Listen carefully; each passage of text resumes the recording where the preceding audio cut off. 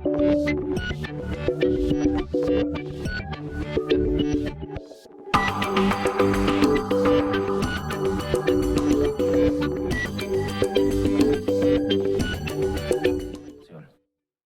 esta mesa nos acompañarán como ponentes el doctor José René Olivos Campos, la doctora María Guadalupe Fernández Ruiz, la doctora Ana Elena Fierro Ferráez y el doctor Francisco Javier Coquís Velasco. Bien, sin más preámbulo, vamos a dar la participación a nuestro primer ponente, el doctor José René Olivos Campos, quien haré una breve síntesis curricular. El doctor es magistrado del Tribunal Electoral del Estado de Michoacán, es doctor en Derecho, maestro y en Administración Pública, licenciado en Ciencias Políticas y Administración Pública. Es profesor de la Facultad de Ciencias Políticas y Sociales de la Universidad Nacional Autónoma de México. Ha sido profesor invitado en diversas universidades a nivel nacional y extranjeras.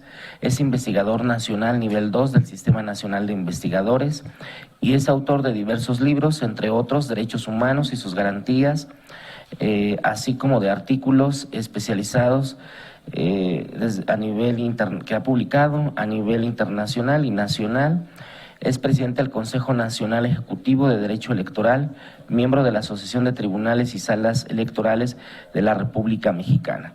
Sin más preámbulos, cedo el uso de la voz al doctor José René Olivos Campos. Doctor. Buenos días. Esta mañana estar con todos ustedes. Agradezco al doctor Mario Enríquez por la presentación y también a mi estimado amigo, quien mucho estimo, al doctor Daniel Márquez por la atenta invitación que me hizo. Muchas gracias. Y es un honor estar con distinguidos juristas. Y me voy a permitir tratar un tema que he denominado paradigma de una nueva gestión administrativa.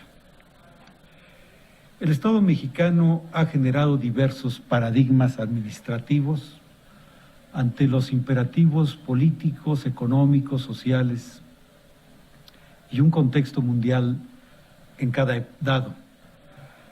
Se han puesto en práctica a partir de diversas disposiciones jurídicas e instituciones creadas con las reformas de la administración pública en diferentes momentos históricos y asumen una configuración determinada y diferenciada en cada régimen presencial que ha tenido. Los procesos de transformación de la administración pública se originan con las reformas realizadas en los relevos en el gobierno mexicano, que por muchas décadas la administración pública funciona como un medio de poder manejable por el Ejecutivo Federal. La Administración Pública Federal, sustentada en la Ingeniería Constitucional Federal de 1917, en la legislación, en las instituciones, si bien asimiló las estructuras centralizadas de la época de la independencia, mismas que se acrecentaron durante la etapa de la reforma del siglo XIX, en la revolución del año de 1910 y después de esta, en el presente siglo, con las recientes modificaciones a la Ley Orgánica de la Administración Pública Federal, generadas por la alternancia en el gobierno en 2018, se encuentra en curso los trabajos de reformas institucionales para restaurar el desempeño eficaz del gobierno después de la caída financiera, el aumento de la deuda pública, el incremento en los índices de inseguridad, la ampliación de la brecha entre pobreza y riqueza, así como nuestra deformidad y descomposición social producida por la corrupción, atribuibles a nuestros gobernantes, administradores, a determinados sectores empresariales, grupos sociales y particulares que operan y actúan en complicidad, que aseguran la dominación con la administración pública.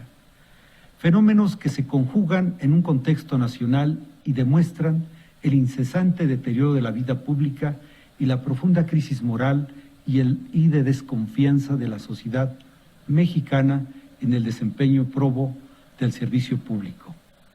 Una mirada a las reformas de la administración pública remotas nos hacen descubrir que sus actuales enfoques, normas y procedimientos comparten el propósito de dejar atrás situaciones de desorden financiero, presupuestario, provisiones ineficaz, irresponsabilidad, negligencia y corrupción en la generación y distribución de los bienes públicos y la prestación de servicios de las décadas pasadas, en el afán de dotar al gobierno con formas administrativas alternativas y retomar aquellas que proponen soluciones a la magnitud de los rezagos y nuevas exigencias en el orden social.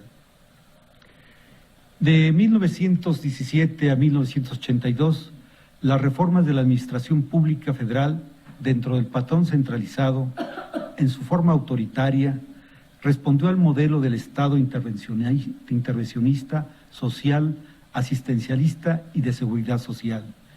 Dio lugar a la construcción de importantes obras de infraestructura, tuteló los derechos sociales como de educación, agrarios y laborales a través de dependencias de la administración constituida para tal efecto. Participó en la inversión directa de la economía nacional con el establecimiento de 1,155 entidades de la administración paraestatal para la producción, comercio y servicios, así como la distribución de la riqueza nacional que comprendió políticas de bienestar social. Cabe destacar dentro de estas empresas la creación del Banco de México, Petróleos Mexicanos, la Comisión Federal de Electricidad, la Banca para el Desarrollo, en cuyas reformas a la administración pública se impulsaron medidas para racionalizar su vida centralizada, intervencionista y multifacética, implementándose la sectorización y se deslindó la administración pública centralizada, desconcentrada y descentralizada. De 1983 a 1994, las distintas reformas administrativas tuvieron como patrón el redimensionamiento del Estado, caracterizado por la reducción de estructuras, funciones y órganos de la administración pública, producidas con la extinción, fusión, liquidación, transferencia y privatización de organismos, empresas públicas, instituciones auxiliares de crédito y fideicomisos. Fue una reforma contraria a la expansión de la administración pública aparejada con la política de austeridad, ajuste fiscal y presupuestario, en la que incluyó la creación de la Contraloría General de la Federación como parte de la estrategia del combate a la corrupción ante los altos niveles dados. Para fines del siglo pasado y hasta el presente, la conjugación de factores internos y externos condujeron a modificar el paradigma anterior con un modelo de reforma del Estado y de la Administración Pública Federal a fin de sortear los cambios y la magnitud de los problemas. Cabe destacar dentro de las mutaciones el acotamiento del Ejecutivo Federal al dejar de depender el Departamento del Distrito Federal como parte de la Administración Pública centralizada, al constituirse como Gobierno del Distrito Federal y después ahora como Gobierno de la Ciudad de México, con lo que sus gobernantes son electos por la ciudadanía. La continuidad del redimensionamiento de la administración pública con la desnacionalización de sectores estratégicos como el petróleo y la energía eléctrica, con la regulación secundaria para celebrar contratos con particulares para aprovechar dichos recursos públicos. La transformación de la organización y funciones de la administración pública, por ejemplo, la creación de la Consejería Jurídica, la exclusión de la Procuraduría General de la República y de los departamentos de Estado de la Administración Pública centralizada.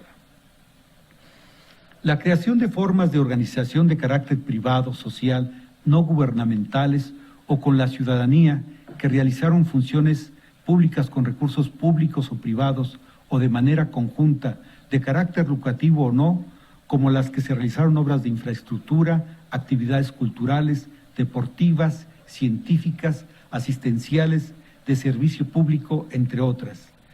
la instauración del servicio civil de carrera en el gobierno federal, que se estableció con la Ley del Servicio Profesional de Carrera en la Administración Pública Federal en el 2003, aplicado a los niveles directivos, que estuvo a cargo de la Secretaría de la Contraloría y Desarrollo Administrativo, después la Secretaría de la Función Pública y luego en la Secretaría de Hacienda, Crédito y Público y actualmente en la Secretaría de la Función Pública de nueva cuenta. La función de controlar la actuación o los mecanismos de control administrativos dados por la Secretaría de la Función Pública en materia de responsabilidad administrativa con respecto a los órganos dependientes del Ejecutivo. Adquiere relevancia también en este proceso la relevancia de la ética pública en atención de cumplir con las responsabilidades del poder público. Se publican los códigos de ética de los servidores públicos de la Administración Pública Federal en el 2002. Se establece la institucionalidad de la transparencia, donde los órganos de la Administración Pública se encuentran obligados a proporcionar información veraz, oportuna, confiable, a fin de garantizar el derecho al acceso a la información. De este modo, las reformas de la Administración Pública se asocian a un cúmulo de acciones que organizan e impulsan la dirección y la regulación de la sociedad mexicana, con lo que ésta asume un papel fundamental en las transformaciones de México. Se observa cómo la Administración Pública Federal es una institución que puede reformarse de manera continua e incesantemente, en periodos cortos, medianos o de largo plazo, en procesos dinámicos, diversos y contrastantes. Las reformas de la Administración Pública Federal en los tiempos presentes, por su importancia estratégica y como una institución de poder, resulta relevante su comportamiento en la vida democrática.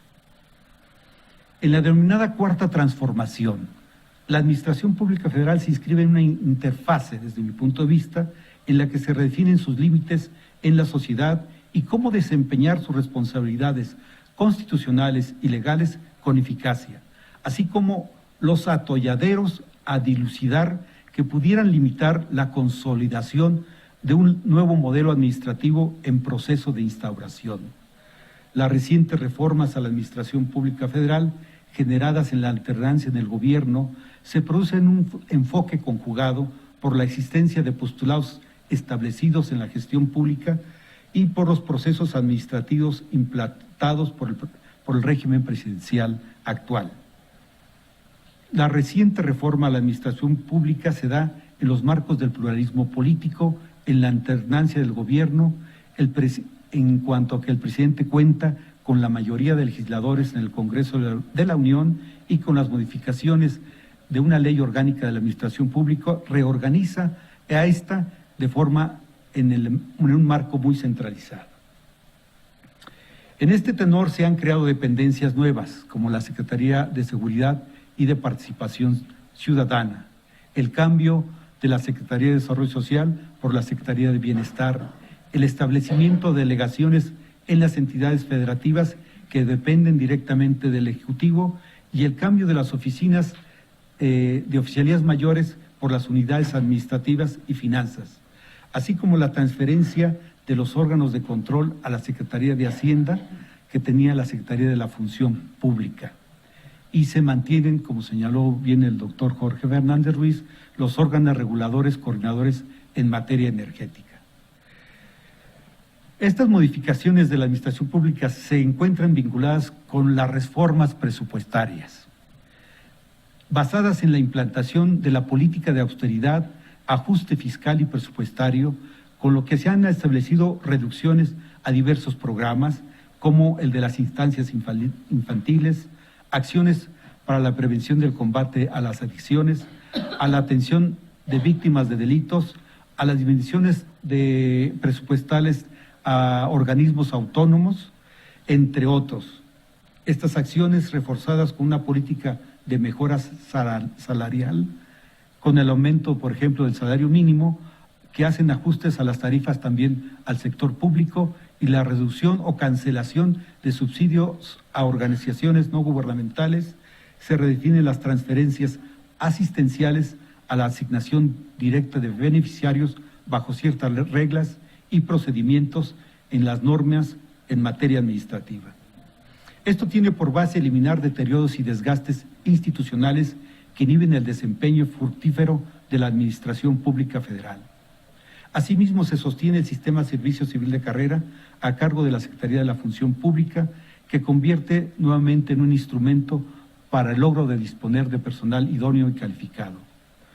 Las transformaciones de la Administración Pública Federal se configuran con un nuevo contenido en el sistema constitucional y en el derecho administrativo, lo que ha establecido nuevas obligaciones a las instituciones administrativas para que se garantice su cumplimiento por parte de los servidores públicos. Los estándares de la Administración Pública Federal se orientan en la lógica racional de garantizar desarrollo, crecimiento y bienestar social, que incluye la transparencia en los procesos de corrupción generados por décadas por servidores públicos, y se procede a evitar la impunidad de actos realizados. El patrón de la Administración Pública Federal centralizada incorpora controles en la administración de los estados en materia de programas federales por conducto de delegados que dependen directamente del Ejecutivo y ajustan los recursos públicos federales. Esto puede vulnerar los avances que se han generado en algunos estados. No debiera desestimarse el pacto federal, el acuerdo de voluntades entre dos órdenes de gobierno, entendido estos como centros de poder horizontales y no una relación jerárquica vertical, lo que puede conducir a decisiones costosas, ineficientes e improductivas. En los tiempos presentes, en los procesos de reforma del Estado y de la administración pública, requiere el compromiso democrático de los actores, de la representatividad, de la visibilidad como transformadores de la política y de la administración. La administración pública deberá hacer acción y efecto de resultados de gestión, de cumplimiento legal de responsabilidades que asuman las autoridades cuando gobiernan y administran. Esta sería la visión positiva de una nueva etapa a favor de la institucionalidad de la administración del Estado, que se requiere para sortear la complejidad de diversos asuntos públicos que se plantean en el presente siglo. Cuando hablamos de administradores públicos, termino yo con la cita de Luis Aguilar Villanueva. Necesitamos una vigilia permanente que es necesaria para impedir que resuciten los fantasmas del hiperestatismo, el autoritarismo, el populismo, el nacionalismo de clausura, el igualitarismo endémicamente suspicaces de libertades económicas, intelectuales, morales, políticas de los ciudadanos, y que vuelva a la vida esas criaturas que nos llevan a reeditar los extremismos ideológicos, las crisis fiscales y políticas que han hecho perder rumbo, tiempo, oportunidades y respeto a nuestro país. Muchas gracias.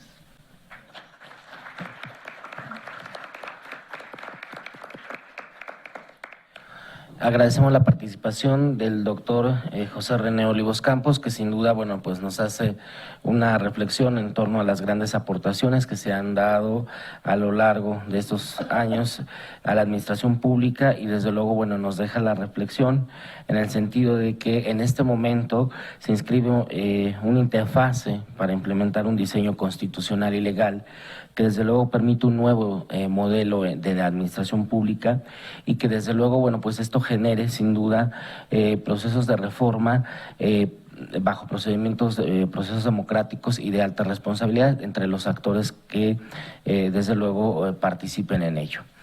Bien, damos paso a nuestra siguiente ponente de esta mesa, la doctora María Guadalupe Fernández Ruiz, de quien me permito leer una breve síntesis curricular. La doctora María Guadalupe Fernández Ruiz es licenciada, maestra y doctora en Derecho por la UNAM, es profesora de distintas asignaturas del área de Derecho Administrativo desde hace 23 años en la Facultad de Derecho de la UNAM, entre otras, Derecho Administrativo 1, Derecho Administrativo 2, así como Introducción al Estudio del Derecho en los Sistemas Escolarizado, Abierto y a Distancia de la Facultad de Derecho de la UNAM, Teoría General del Acto Administrativo en la Facultad de Estudios Superiores Acatlán y Administración Pública Pública Federal, Estatal y Municipal en la División de Posgrado de Derecho de la UNAM, además de tener asignaturas en diplomados y cursos celebrados en dependencias y entidades de la Administración Pública Federal, en el Consejo de la Judicatura Federal y en el Instituto Nacional de Administración Pública. Es profesora por oposición de la asignatura de Derecho Administrativo 1. Actualmente se desempeña como profesora de carrera de tiempo completo en la Facultad de Derecho de la UNAM. Es autora de diversos libros, entre ellos Marco Jurídico Estructural de la Administración Pública Federal Mexicana, así como coautora en el libro Derecho Administrativo 1 en la Enciclopedia Jurídica de la Facultad de Derecho de la UNAM. Directora del Seminario de Derecho Administrativo en el turno matutino y conductora del programa de radio Seminario de Derecho Administrativo, que se transmite de manera semanal por IUS Canal Multimedia, a quien sin más preámbulo le cedo el uso de la voz, doctora. Primero que nada quiero expresar mi agradecimiento al doctor Daniel Márquez por su atenta invitación para que pudiera participar en este Congreso Nacional y a todo el comité organizador del Congreso. Muchas gracias. El tema del que quiero reflexionar con ustedes versa sobre las transformaciones de la administración pública, el derecho administrativo y la moral.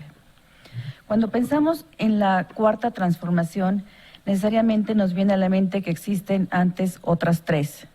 La primera, la independencia de México, que abarca un ciclo que va de 1810 a 1821, en donde se puso fin a la dominación española y se alcanzó la soberanía nacional. La segunda transformación sería la reforma, en donde se libró una guerra entre liberales y conservadores, surgen las leyes de reforma y se da la separación entre la Iglesia y el Estado y la restauración de la República. En este periodo tiene un papel relevante el presidente Benito Juárez. Es un periodo que va de 1858 a 1861. La tercera transformación sería la Revolución Mexicana, que pone fin al gobierno de Porfirio Díaz, en donde se lucha por la democracia y se promulga la Constitución de 1917. Como vemos, se trata de tres momentos que son claves, que son cruciales en la historia de México y que implicaron cada uno de ellos sus respectivas grandes transformaciones. En palabras de el hoy presidente Andrés Manuel López Obrador, la cuarta transformación es honestidad y fraternidad en forma de vida y gobierno. Dice él, no se trata de un asunto retórico o propagandístico. Estos postulados se sustentan en la convicción de que la crisis de México se originó por el fracaso del modelo económico neoliberal.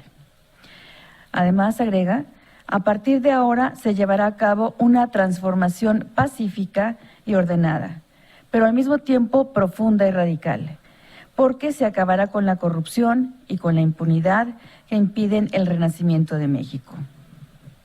De la interpretación de estos pronunciados del presidente López Obrador, yo quiero rescatar las ideas centrales en el marco de esta cuarta transformación y para mí serían la honestidad, el combate a la corrupción y la erradicación de la impunidad. A lo anterior se sumaría el plan de austeridad republicana que Andrés Manuel López Obrador explica no solo como un asunto de índole administrativa, sino como una política de principios, toda vez que implica terminar con los privilegios que tiene la alta burocracia. Decía Juárez que los funcionarios o los servidores públicos deben aprender a vivir en la justa medianía o en la honrosa medianía, y López Obrador ha señalado en más de una ocasión que no puede haber gobierno rico con pueblo pobre. Todo indica que estamos ante una transformación del Estado, un cambio de rumbo, un cambio de ideología política y, por tanto, de estructuras y funciones en el aparato instrumental del Estado, que es la administración pública. Que nos baste recordar que el presidente López Obrador ha declarado que el distintivo del liberalismo es la corrupción. Con esto nos basta para saber que el viraje hacia otro rumbo y otra corriente de pensamiento es ya un hecho, es una realidad. De manera que las acciones que este gobierno va implementando van dirigidas a combatir la corrupción, la impunidad, basados en principios como la honestidad y la austeridad. En este sentido, la administración pública como herramienta necesaria del Estado, aparece ahora con una marcada tendencia centralizadora que genera puntos de concentración de poder. Y es que cada gobierno o cada periodo de gobierno, la administración pública tiene que ser muy dúctil, de hecho lo es, muy maleable para poder adaptarse y alcanzar los fines del Estado, los cometidos del Estado, a través de distintas adaptaciones y cambios que tienen que tener su respectivo sustento jurídico.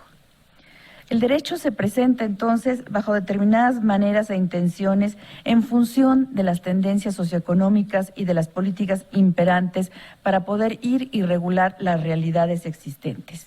Y en este sentido, el derecho, ustedes saben, es impuntual. Impuntual, ¿por qué? Porque siempre llega tarde. Tarde a todos los aconteceres, a las realidades cambiantes de la vida social, a los descubrimientos, a las innovaciones. No le es posible aparecer en tiempo real en el surgimiento de todas las novedades. Incluso hay quien ha llegado a afirmar que el derecho pudiera ser visto, en este sentido, como un obstáculo para el cambio social, en razón de que en él pues comienzan a coexistir principios muy añejos, por ejemplo, algunos heredados de centurias como de la Ilustración francesa o algunos otros productos de hace un siglo, productos de luchas sociales en donde se obtuvieron beneficios para los trabajadores, pero también algunos de nuevo cuño más recientes, productos del neoliberalismo de recientes años que han ido limitando la intervención del Estado y promoviendo numerosas desregulaciones y privatizaciones. Y en este momento nos encontramos entonces con que el derecho tiene que llegar y hoy llegó puntual y se los voy a comentar brevemente por qué enseguida. Y aquí quiero comentar que el derecho administrativo es particularmente sensible a esta sinergia de transformaciones del Estado y en consecuencia transformaciones de la administración pública. El Estado no cambia solo, el Estado cambia y de manera concomitante tiene que cambiar también la administración pública. Y el derecho administrativo, decía yo, es muy sensible a esta sinergia, no puede sustraerse a ella, no es susceptible de alejarse de ella, no importa el criterio con el que se conceptúe el derecho administrativo, ya sea desde un punto de vista subjetivo, objetivo o funcional, en donde el derecho administrativo gire en torno al Estado o bien a la administración pública, o al Ejecutivo, o bien a la función administrativa o a los servicios públicos o algo mixto, resultado de una mixtura de varios de estos. Es un hecho que en razón de su objeto de estudio, que es la administración pública, y en consecuencia la estructura, organización y funcionamiento de la administración pública, se encuentra la administración pública en una íntima cercanía con el poder público. No en balde se ha hablado de la administración pública como el Estado en acción, como el Estado como constructor, porque pone en movimiento toda su estructura orgánica a través de la función administrativa, de los servicios públicos, de obras públicas, para poder alcanzar los fines del Estado. La administración pública, entonces, nos damos cuenta que es una herramienta valiosísima del Estado, pues precisamente a través de ella puede concretar el Estado sus fines.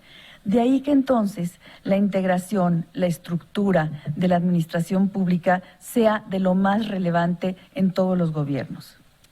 En este sentido, no existe una regla que indique cuál debe ser la estructura o la integración ideal para que una administración pública sea eficiente y sea eficaz, en cuanto a garantizar en este sentido el logro de los fines del Estado, porque depende en gran medida de las corrientes ideológicas imperantes, de las circunstancias por las que se encuentre atravesando el Estado, de manera que, poniendo un ejemplo, en 1821, en la culminación de la independencia, existían únicamente 4 secretarías. De hecho, se considera que son 4 las funciones básicas que siempre tienen que estar cubiertas por la administración pública. Estas funciones básicas son, primero, las relaciones interiores, segundo, las relaciones exteriores, tercero, la defensa o guerra, y cuarto, la hacienda pública. Entonces, en el ejemplo que quiero plantear de la culminación de la independencia en 1821, estas 4 funciones básicas, relaciones interiores, relaciones exteriores, guerra o defensa y hacienda pública, siempre estuvieron presentes, pero de esta manera. Existía una Secretaría de Estado que se llamaba Secretaría de Estado y del Despacho de Relaciones Interiores y Exteriores, equivalente a como si ahorita reuniéramos en un solo organismo a la Secretaría de Relaciones Exteriores y a la Secretaría de Gobernación. Por otra parte, se encontraba la Secretaría de Guerra y Marina, la Secretaría de Hacienda, y como aún no se daba la separación de Iglesia, Estado y había distintos fueros, existía la Secretaría de Justicia y Negocios Eclesiásticos, 4 secretarías. Estas secretarías o estas funciones básicas se fueron dando a través de la historia de la administración pública de una u otra manera. Algunas veces se juntaban de nuevo la Secretaría de Relaciones Interiores y Exteriores, otras veces se mantenían separadas. Pero esta conformación pues va variando a lo largo del tiempo. Más tarde, muchos años después, en la corriente imperante que impuso el Estado Social de Derecho, surgen varias instituciones tendientes a la protección, a procurar el bienestar de la sociedad, con el consecuente engrosamiento del aparato de la administración pública. Mientras que, por ejemplo, en situaciones en donde imperó el Estado neoliberal, con el pensamiento de que el mejor Estado es el menor Estado, ocurría entonces un adelgazamiento de la administración pública. Así pues, yo digo que esta vez el derecho llegó puntual para conformar esta administración pública de la Cuarta Transformación, porque el pasado 30 de noviembre, un día antes de que asumiera la presidencia de la República, el hoy presidente, licenciado Andrés Manuel López Obrador, fue publicado en el Diario Oficial de la Federación el decreto por el que se reforman, adicionan y derogan diversas disposiciones de la Ley Orgánica de la Administración Pública Federal. Y en esta reforma nos encontramos que se encuentra marcada por un diseño fuertemente centralista del control gubernamental, distinto en varios sentidos de los últimos gobiernos del país. En el gobierno anterior, en el de Peña Nieto, se vivió un proceso intenso de reformas con las llamadas reformas estructurales, como la reforma energética, la de telecomunicaciones, la financiera, la reforma laboral, la de competencia económica, la hacendaria, la reforma en materia de transparencia, la reforma político-electoral, además del Código de Procedimientos Penales y la nueva Ley de Amparo. Producto de dichas reformas, la administración pública tuvo una serie de modificaciones, aunque estas modificaciones no fueron en sí el objeto de las reformas estructurales, pero sin embargo, sin estas modificaciones, las reformas estructurales no hubieran sido posibles. En la reforma del 30 de noviembre pasado, se busca modificar la estructura, el funcionamiento de la administración pública con la finalidad de atender aspectos como la inseguridad y la pobreza, la corrupción, así como el fortalecimiento de la gobernabilidad del país. Y bueno, cada gobierno modifica la estructura de su administración pública de acuerdo a sus fines y necesidades. No obstante, en este caso llama la atención el centralismo que ha manifestado y que ha quedado plasmado en la Ley Orgánica de la Administración Pública Federal. Cada una de las reformas a este ordenamiento de la ley orgánica concierne evidentemente al derecho administrativo. Sin embargo, no pretendo ni siquiera mencionarlas todas, porque únicamente me voy a referir muy brevemente a 2 de ellas. La primera, a la Secretaría de Hacienda y Crédito Público, porque nos damos cuenta que ha sido constituida como una estructura de concentración de poder. Pues a esta dependencia se le han asignado, además de las atribuciones que ya venía desempeñando, facultades exclusivas en materia de contrataciones públicas, así como de compras públicas. Se le retiraron todas estas facultades a las demás dependencias y le quedan únicamente como facultades exclusivas las contrataciones públicas y las compras públicas a la Secretaría de Hacienda y Crédito Público. Tocante a la Oficina de la Presidencia de la República, quiero enfatizar que se trata de un órgano auxiliar integrante de la Administración Pública Federal centralizada que no tiene el carácter de dependencia. Es integrante de la Administración Pública Centralizada Federal, más no es una dependencia. O sea, ella no participa en el reparto que se hace de los negocios del orden administrativo de la Federación. Siguiendo el criterio de don Gabino Fraga, en esta clasificación que hace de órganos de autoridad y órganos auxiliares, la Oficina de la Presidencia sería un órgano auxiliar que se encarga de recabar información, datos y lo que se requiera para proporcionarlo al órgano de autoridad, que en este caso es el presidente de la República. Y en este caso se le han asignado a la Oficina de la Presidencia, que depende directamente, que es del presidente de la República, facultades correspondientes a dirigir la política pública del gobierno digital, a conducir la política de comunicación social de la administración pública, a dirigir las delegaciones de programas para el desarrollo, que son los enlaces entre las secretarías de Estado y los gobiernos estatales en materia de planes, programas y acciones sociales. Aquí mismo, en esta estructura de la Oficina de la Presidencia, se crea la Coordinación General de Programas para el Desarrollo, de la cual dependen todas las delegaciones y que va a coordinar a los 32 delegados que manejan los programas sociales en las entidades federativas, que van a ser el enlace entre los gobernadores y el presidente de la República. Algunas de estas modificaciones a la ley fueron realizadas con la finalidad, y eso es como yo lo interpreto, y yo creo que se desprende muy claramente, con la finalidad de abatir la corrupción y que tener un control más fuerte sobre las tareas asignadas. Por lo que debemos tener presente el contexto de los niveles de corrupción alcanzados y la falta de confianza hacia las instituciones públicas, pero aún la falta de confianza entre las propias dependencias y entidades de la administración pública. Sin embargo, el centralismo, entendido como una organización en la que se reúne toda la suma de decisiones públicas, en donde reside el poder público, por sí mismo, aunque no parezca, ofrece ventajas, tales como la uniformidad y el orden en la toma de decisiones, y que pueden paliar ciertos problemas a los que nos enfrentamos, pero que hay que tener precauciones. En el caso de la reforma, en la que comentamos, a la Ley Orgánica de la Administración Pública Federal, y concretamente a las facultades atribuidas a la Secretaría de Hacienda y a la Oficina de la Presidencia de la República, se tiene que tener cuidado de que la centralización no ocasione una atrofia administrativa o, peor, la indeseable comisión de abusos en el ejercicio del poder. Desde la perspectiva de los desafíos para el derecho administrativo, yo creo que el mayor reto en el centralismo imperante es alcanzar la funcionalidad en cuanto al equilibrio y en el ejercicio del poder, sin la comisión de abusos de poder, con eficiencia y eficacia, para lo cual yo creo que se tiene que recurrir, se tiene que dar cabida de una manera muy abierta a la transparencia y a la participación ciudadana, que serían los elementos niveladores de esta concentración de poder. En este orden de ideas, yo creo que resulta una prioridad que la administración pública tenga un fuerte sustento jurídico, principalmente en el derecho administrativo, de manera que, ya sea que lo concibamos desde una visión estática o concebido bajo una visión dinámica, el ejercicio de la función administrativa se ejercite sin perder de vista el interés general, el bien común, la satisfacción de las necesidades colectivas y, por supuesto, el logro de los fines del Estado.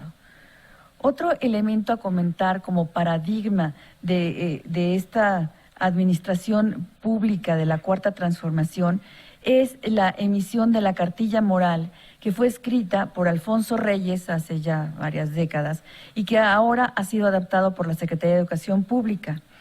Nos encontramos que México ocupa un destacado lugar, el 135 de 180 países en materia de corrupción, y en este sentido López Obrador atribuye esto a la decadencia o a la pérdida de valores culturales, morales y espirituales, y es así lo que él quiere rescatar con esta cartilla moral. Así comienza la cartilla moral, diciendo que hablando de la decadencia y la pérdida de valores culturales, morales y espirituales, y él brinda esta cartilla moral para ser reflexionada en familia.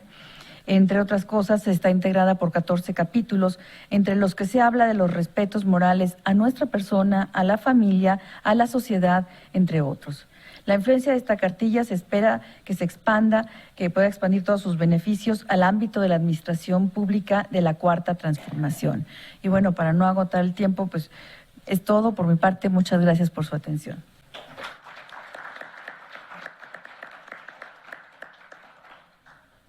Muy bien, agradecemos la participación de la doctora María Guadalupe Fernández Ruiz, por sus amplias reflexiones en torno a la administración pública. Sin duda, pues nos deja desde luego centrado que hay una marcada centralización del poder, que desde luego, bueno, pues lo ve viable, pero que además no se caiga en cuestiones excesivas en esta centralización del poder. Nos habla que el derecho administrativo es sensible a estas sinergias y que desde luego, bueno, pues que no hay una regla como tal para determinar cuándo es una buena administración pública, sino depende de ciertas circunstancias y desde luego, bueno, nos hace una reflexión en cuanto a la funcionalidad que debe haber en el equilibrio del poder, en la eficacia y desde luego en la administración pública, y esto desde luego va vinculado con el tema de transparencia y la participación del ciudadano, y nos habla también de la emisión de la cartilla moral, en donde se recobran valores y que desde luego trata de recuperar o de recobrar esta cuarta transformación. Sin duda, grandes reflexiones que nos dejarán desde luego grandes comentarios y dudas, inquietudes desde luego por parte del público, y ya en su momento pues nos tendrá que dar contestación a algunas precisiones, ¿verdad, la doctora? Y desde luego grandes aportaciones, reflexiones a este gran tema de la administración pública. Pues muchas gracias, doctora. Damos paso a la participación de la doctora Ana Elena Fierro Ferráez, quien me permito dar una breve lectura a su síntesis curricular. Es profesora investigadora asociada de la División de Administración Pública y coordinadora en la maestría en Administración y Políticas Públicas. Estudió la licenciatura en Derecho en el Instituto Tecnológico Autónomo de México, maestra en Derecho por la Universidad de Georgia, Estados Unidos, y maestra en Filosofía de la Universidad de Anáhuac, Campus Mayab. Doctora en Derecho por el Instituto de Investigaciones Jurídicas de la UNAM, miembro del Sistema Nacional de Investigadores Nivel 1. Dentro del ámbito académico cuenta con más de 20 años de experiencia en instituciones de educación superior como el ITAM, la Universidad de las Américas, Anáhuac, Mayab, Universidad Marista. Actualmente profesora del CIDE desde el 2007, donde imparte materias de Derecho Constitucional, Análisis Jurídico Constitucional, Derecho y Políticas Públicas, Seminario de Seguimiento de la Suprema Corte de Justicia de la Nación. Entre sus publicaciones están Responsabilidad de los servidores públicos del castigo a la confianza, editado por el Fondo de Cultura Económica, Rendición de Cuentas, Transparencia y Responsabilidad en la Reforma Energética, en el libro Estado de Derecho y Reforma Energética de Tirando Blanche, y Derechos Humanos, Derechos Fundamentales y Garantías Individuales, publicados por Oxford y el CIDE, coautora en diversos artículos. Dentro de su actividad profesional se ha desempeñado en diversos cargos en el Poder Judicial, en el Consejo de la Judicatura, fue oficial mayor del Congreso del Estado de Yucatán. Dentro del CIDE coordinó el programa de negociación, mediación y generación de consensos y el diplomado de regulación, y actualmente es coordinadora de la maestría en Administración y Políticas Públicas. Ha participado en diversos proyectos de investigación. Sin más preámbulos, cedemos el uso de la voz a la doctora. Gracias, doctora. Pues muy buenos días a todos. Primero que nada quiero dar las gracias, por supuesto, al Instituto de Investigaciones Jurídicas, que siempre me gusta regresar a él, y en particular al doctor Daniel Márquez por la invitación a participar en este seminario, así como al resto del comité organizador. Titulé mi intervención del día de hoy La responsabilidad administrativa en el marco del Sistema Nacional Anticorrupción, retos pendientes, porque pues es un cambio de paradigma que quizás inició en las administraciones anteriores, pero que hoy en día continúa siendo una de las metas aspiradas a alcanzar. Corrupción e impunidad son grandes males ya insoportables que llegaron a México a votar por un cambio de timón. Durante la primera década del siglo XXI conocimos de más actos de corrupción y la impunidad pareciera ser cada vez más evidente. Uno de los principales reclamos sociales se relaciona con los actos de corrupción que resultan en actuaciones y beneficios ilegales tanto para servidores públicos como para algunos particulares a quienes debieron habérsele fincado responsabilidades administrativas sin que pasara nada. Constructoras de obra pública regalando casas a funcionarios o sus cónyuges, empresas que contratan con el gobierno donde los servidores públicos o sus parientes son socios o reciben beneficios, compraventa de terrenos entre familiares y gobernadores. Todos conflictos de interés que se han convertido en escándalos y que han ocupado las primeras páginas de la prensa nacional, pero que en la mayoría de los casos han quedado impunes, cuando debieran ser juzgados y sancionados a través de la responsabilidad administrativa e incluso la penal, tanto los servidores públicos como los particulares beneficiados. Este escenario ha generado, como ya mencionaron tanto el magistrado Olivo como la doctora Fernández, una gran desconfianza entre la autoridad y la ciudadanía. Existe una percepción creciente de impunidad.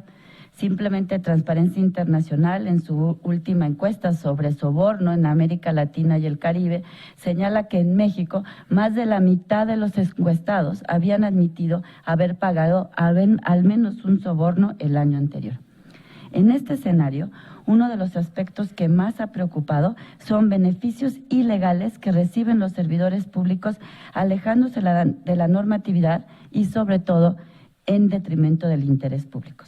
Esta situación pone de manifiesto que nos enfrentamos a un problema estructural que favorece, se perpetúen condiciones de desigualdad y fomentan espacios para la corrupción y para que la impunidad prevalezca.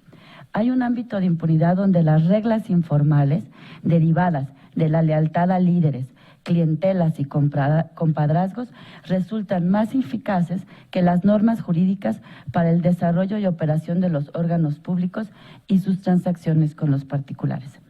Romper esta inercia social e institucional, como ha señalado la doctora Irmeréndida Sandoval, requiere de una nueva ética pública y de la sanción eficaz de las actuaciones que se alejan de la legalidad, pues se trata de un problema que se engendra en los privilegios de unos cuantos y resulta en el encarecimiento o la negación de derechos básicos como educación, salud y vivienda de muchas personas. En este sentido, ya la Secretaría de la Función Pública ha anunciado una reestructura en la cual propone contar con una subsecretaría de combate a la corrupción y una subsecretaría de combate a la impunidad. Esto es un buen comienzo, pero no es suficiente. Hay que reconocer que esto no va a ser una empresa fácil. La corrupción es un problema añejo. Cabe recordar, y ya hemos hecho repasos históricos con la ponencia del doctor Ruiz que me antecedió, cabe recordar las discusiones, por ejemplo, del constituyente del 57, donde ya Francisco Zarco se oponía, por ejemplo, a la incorporación del juicio político como una moción de censura y propugnaba por la definición clara de las conductas que constituían delitos oficiales y el desarrollo de procesos eficaces para su sanción. Lo cierto, hay que reconocer, es que el título cuarto de la Constitución de 1917, que es casi una copia de la del 57, se creó para que no funcionara. A pesar de las diversas reformas durante el siglo XX, lo normal es que o se ampliaban los sujetos punibles o se aumentaban las penas. Pero como señalan expertos como González Oropesa, simplemente no eran los mecanismos del control de los servidores públicos. Por el contrario, la disciplina al interior del partido en el poder era la herramienta utilizada. Y en caso de desacatos por parte de los gobernadores, la figura de la desaparición de poderes era la forma de acabar con el problema. Así llegamos, por ejemplo, a 1982, cuando el presidente Miguel de la Madrid presenta como su primera iniciativa de reforma constitucional la conocida renovación moral, ante el creciente problema de la corrupción que se enfrentaba, pero la solución fue más de lo mismo. Se trataba de aumentar el número de sujetos de la responsabilidad y de aumentar las penas. Sin embargo, en donde sí innova la la reforma del presidente de la Madrid es en eliminar aquellos delitos oficiales que continuamente se habían percibido más como un fuero, como un privilegio para los servidores públicos, y incorpora a las responsabilidades administrativas, así como a los principios que deben de guiar la actuación pública. Reforma que, sin embargo, también tuvo muy pocos resultados. La corrupción y la impunidad continuaron durante el resto del siglo XX. En el siglo XXI se dieron importantes avances en materia de transparencia, lo que junto con las tecnologías de la información hizo que se develaran graves casos de corrupción, pero la impunidad continúa. En noviembre de 2012, el presidente de la República presentó al Congreso una iniciativa para la creación de una agencia anticorrupción. Sin embargo, la protesta no fue bien recibida por la opinión pública, pues carecía de nueva cuenta de mecanismos reales de coordinación entre las entidades involucradas y de una autonomía real respecto del Poder Ejecutivo.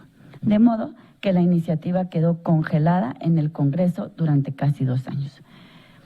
Posteriormente, y esto es un poco lo que quiero recordar con ustedes, un conjunto de organizaciones como la Red de la Rendición de Cuentas, el Centro de Investigación y Docencia Económica, Fondar y el Instituto de Investigaciones Jurídicas promovieron una reforma a la Constitución en materia de responsabilidad de servidores públicos y propusieron la creación del Sistema Nacional Anticorrupción como un espacio de colaboración de todas las autoridades encargadas de la prevención y combate a este grave problema social.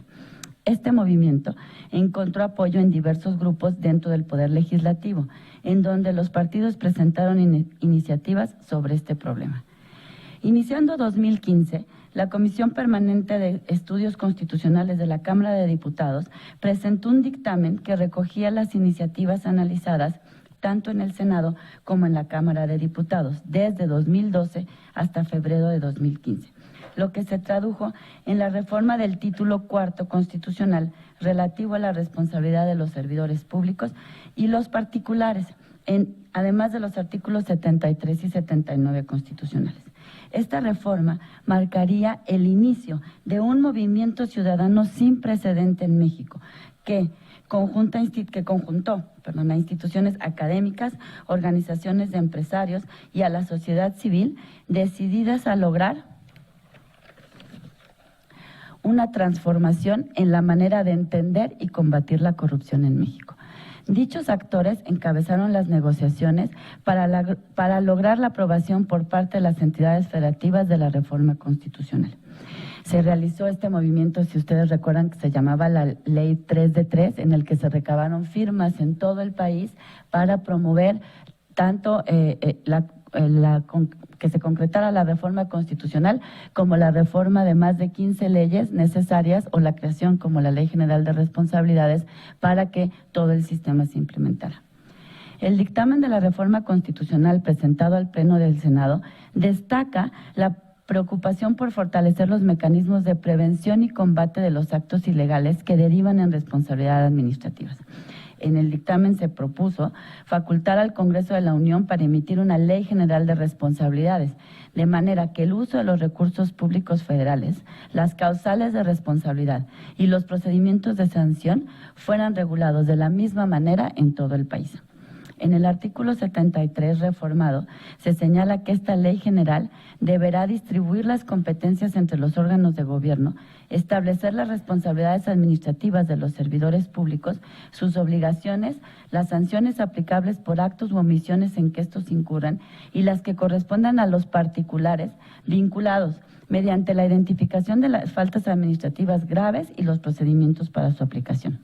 Asimismo, establece que las conductas sancionables derivadas de la responsabilidad administrativa deben estar previstas en la ley y enfatiza que para asegurar la eficacia de los procedimientos sancionatorios es importante el estricto apego al debido proceso. De ahí que, por ejemplo, se establezcan las garantías de la separación entre las autoridades investigadoras, substanciadoras y sancionadoras, se ordenen medidas para garantizar la defensa adecuada y se faculte al Tribunal de Justicia Administrativa, se cambia el nombre de Tribunal Fiscal a Tribunal de Justicia Administrativa, a conocer de los casos de faltas graves y de aquellos en los que incurran los particulares. Toda esta reforma se hace siguiendo los compromisos y obligaciones de México en la firma de diversos tratados, así como en la práctica internacional, en particular la de la Convención de las Naciones Unidas contra la Corrupción. En el dictamen se señala además la necesidad de establecer un sistema normativo que de la mano del combate a la corrupción promueva la integridad de los servidores públicos. Para ello se crea un comité coordinador conformado por la Auditoría Superior de la Federación, la Secretaría de la Función Pública, el Tribunal Federal de Justicia Administrativa, el Instituto Nacional de Transparencia y Acceso a la Información, el Consejo de la Judicatura Federal, una Fiscalía Anticorrupción y un integrante del Comité de Participación Ciudadana. Este comité coordinador tiene facultades para generar las políticas de fiscalización, control de recursos y control y disuasión de faltas administrativas y hechos de corrupción. Además, puede emitir recomendaciones para el fortalecimiento institucional del control interno y la mejora del desempeño.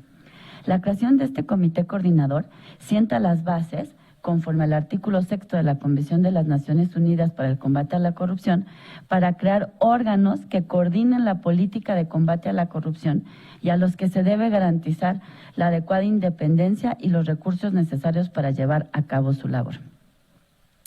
Aquí quiero que recordemos cómo cada año cuando salía la cuenta pública, la Auditoría Superior señalaba que había hecho las denuncias, pero que estas denuncias la Procuraduría no las tomaba en cuenta o que no se continuaban los procesos de responsabilidad administrativa. Entonces, el sistema realmente lo que busca es sentar a todos estos agentes a la mesa para que puedan coordinarse.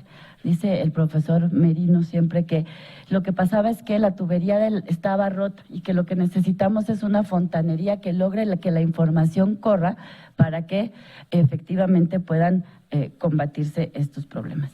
También en sintonía con prácticas internacionales y con la Convención Mérida, en particular el artículo 13 de la Convención, se crea un comité de participación ciudadana.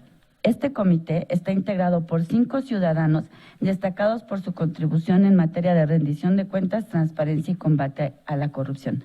Es una instancia meritocrática y especializada cuya función es llevar al comité coordinador las preocupaciones de todos los mexicanos. Asimismo, el artículo señala que se deben integrar comités de participación ciudadana también a nivel local. Otra innovación de la reforma es la determinación de que los servidores públicos que integran estos nuevos órganos deben pertenecer a un servicio civil que deberá estar regulado en una ley general, misma que aún está pendiente, cabe señalar. Al comité se le asigna, además, el apoyo de un secretariado ejecutivo, quien será responsable, entre otras cosas, de la Plataforma Nacional Anticorrupción y de la generación de los indicadores para la evaluación de la Política Nacional Anticorrupción. En el artículo 73 constitucional se establece, como habíamos dicho, el Tribunal Federal de Justicia Fiscal y Administrativa, que a partir de este momento, o sea, se le quita la parte fiscal y queda Tribunal Federal de Justicia Administrativa.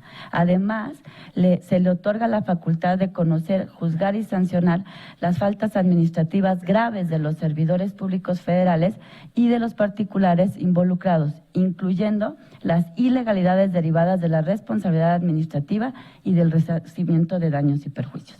La reforma señala que las entidades federativas también deberán contar con este tipo de tribunales especializados.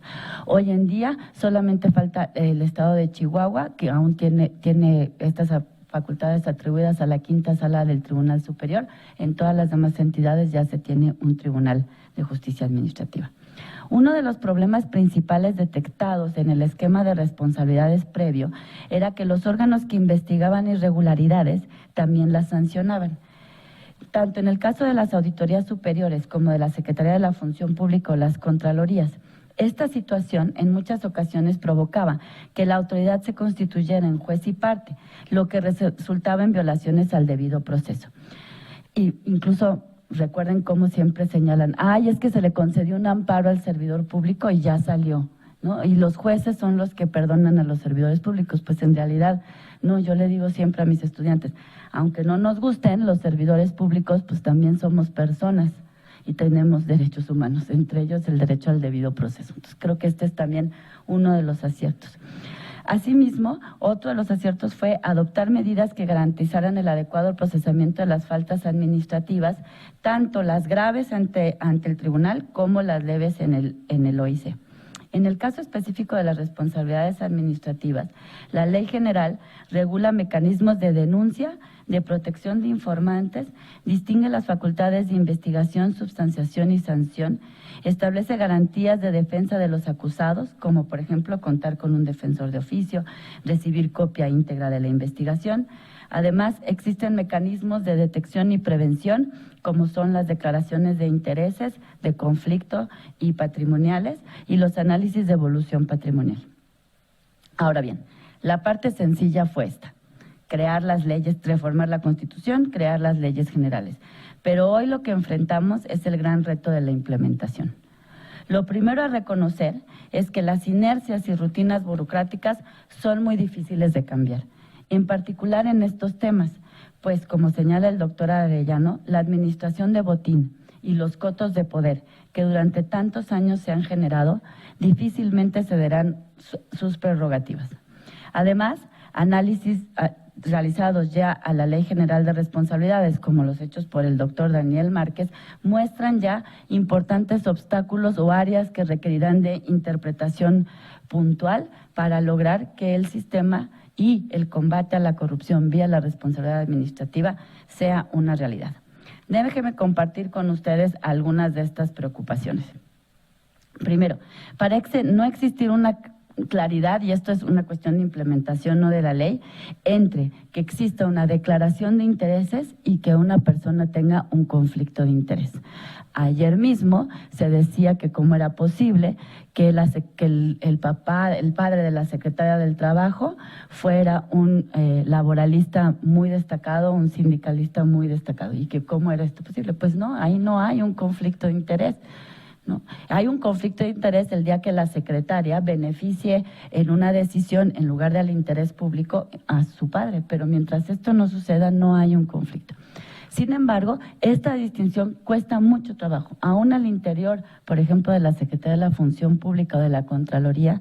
Si en las declaraciones patrimoniales el servidor público pone el puntito donde dice tengo intereses o declaración de interés, eso levanta una bandera roja.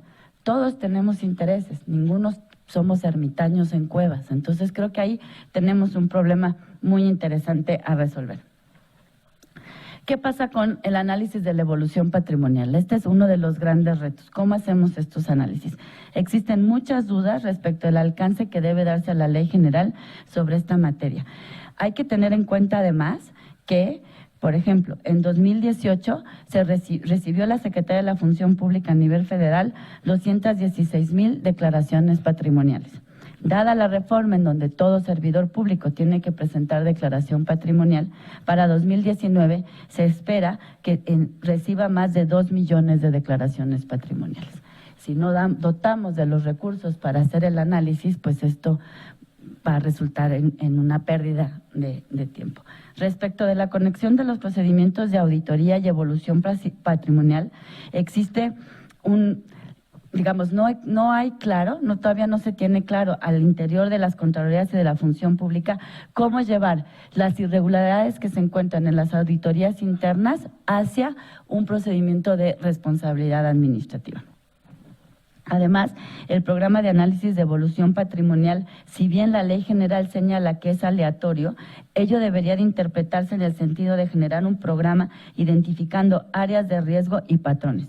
Para ello, sería interesante considerar la experiencia de la Auditoría Superior de la Federación en la generación de los programas de auditorías de desempeño, que ya lo hace de esta manera, ¿no? Es aleatorio, pero es con una fórmula actuarial que se realiza a partir de los mapas de riesgo de las cuentas públicas anteriores. Parece ser que hasta la fecha toda denuncia depende de toda investigación depende de una denuncia ciudadana, y además al ciudadano normalmente se le requiere que aporte las pruebas. Lo que nos muestra esto es que necesitamos fortalecer nuestras habilidades de investigación, pues no es fácil que los ciudadanos, además de conocer la irregularidad, puedan aportar pruebas al respecto, ¿no? Además, tampoco queda muy claro todavía cómo vamos a hacer la protección de informantes. Entonces, la literatura dice que en realidad las mejores denunciantes son los propios servidores públicos que están al interior de las organizaciones, pero tampoco les podemos pedir a todos que sean niños héroes y se enreden en la bandera y denuncien, arriesgando el trabajo, si lo que están denunciando, por ejemplo, es a su jefe. Entonces, creo que aquí te necesitamos y todavía está pendiente de que implementemos un sistema adecuado de protección de informantes y de denunciantes. Otro de los elementos que se ha señalado es que no queda claro quién está obligado, por ejemplo, a cuestiones como la defensoría de oficio y las medidas de apremio.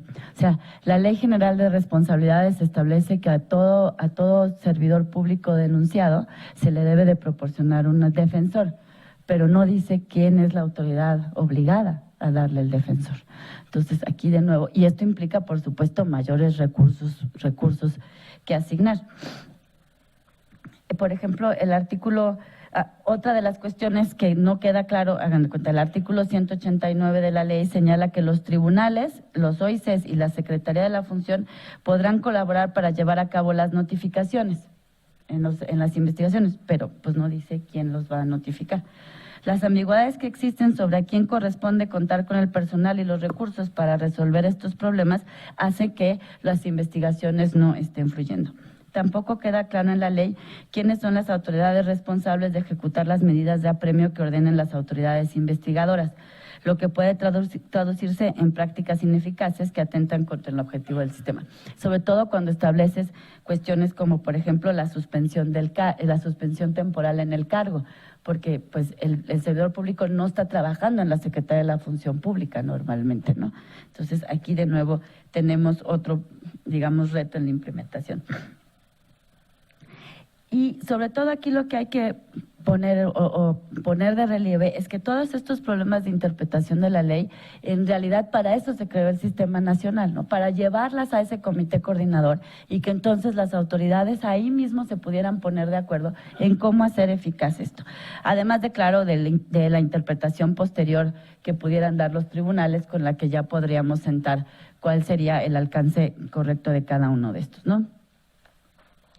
Quizás la más fuerte de estas disyuntivas es la discrepancia que hasta el día de hoy existe respecto de a quién corresponde, o sea, cuáles son las competencias exactas que corresponden a las autoridades substanciadoras y al tribunal tratándose de faltas graves.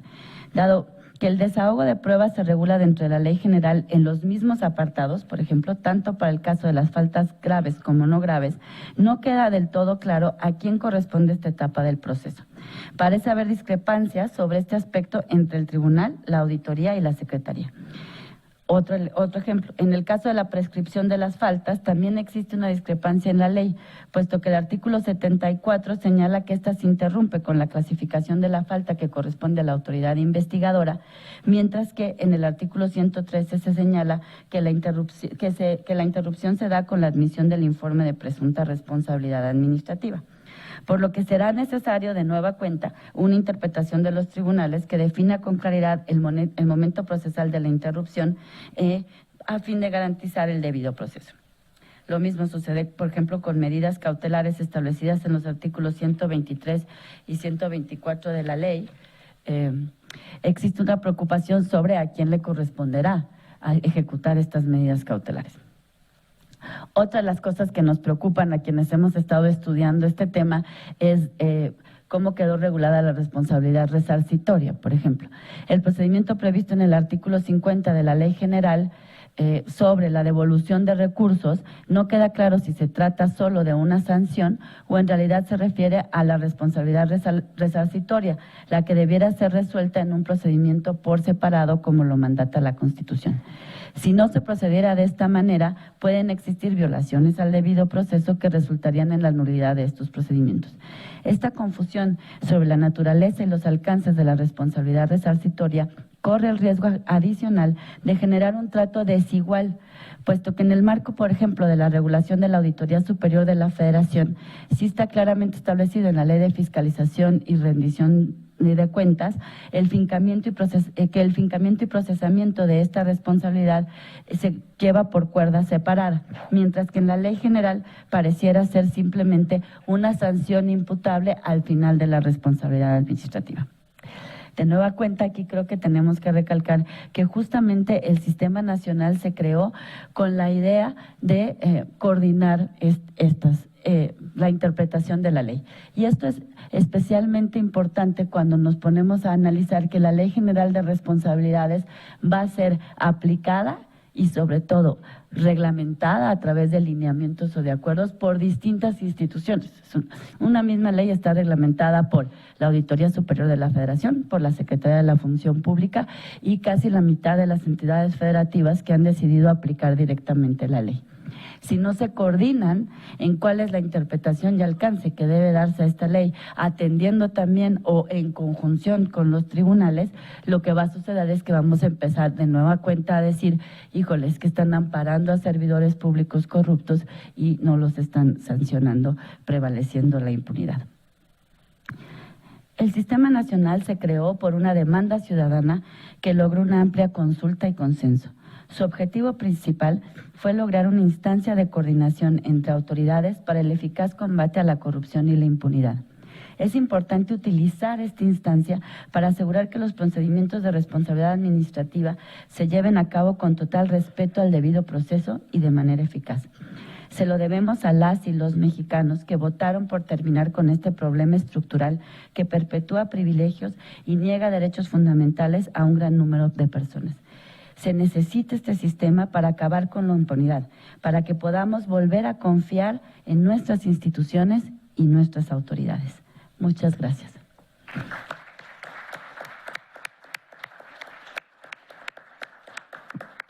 Bien, agradecemos la participación de la doctora Ana Elena Fierro, que desde luego, bueno, nos deja grandes reflexiones, sin duda nos habla de un tema de la ética pública, desde luego, pues también nos deja la reflexión de articular la participación de diversas instituciones para, desde luego, fortalecer este Sistema Nacional Anticorrupción y, desde luego, bueno, nos deja pues algunas reflexiones en torno a la funcionalidad de este Sistema Nacional Anticorrupción, que desde luego, bueno, nos permite señalar también que no existe claridad en cuestiones de la declaración de interés y conflicto de interés, con relación también al análisis de la devolución patrimonial y desde luego también nos deja algunas reflexiones en torno a una coordinación eficaz en la aplicación de esta ley,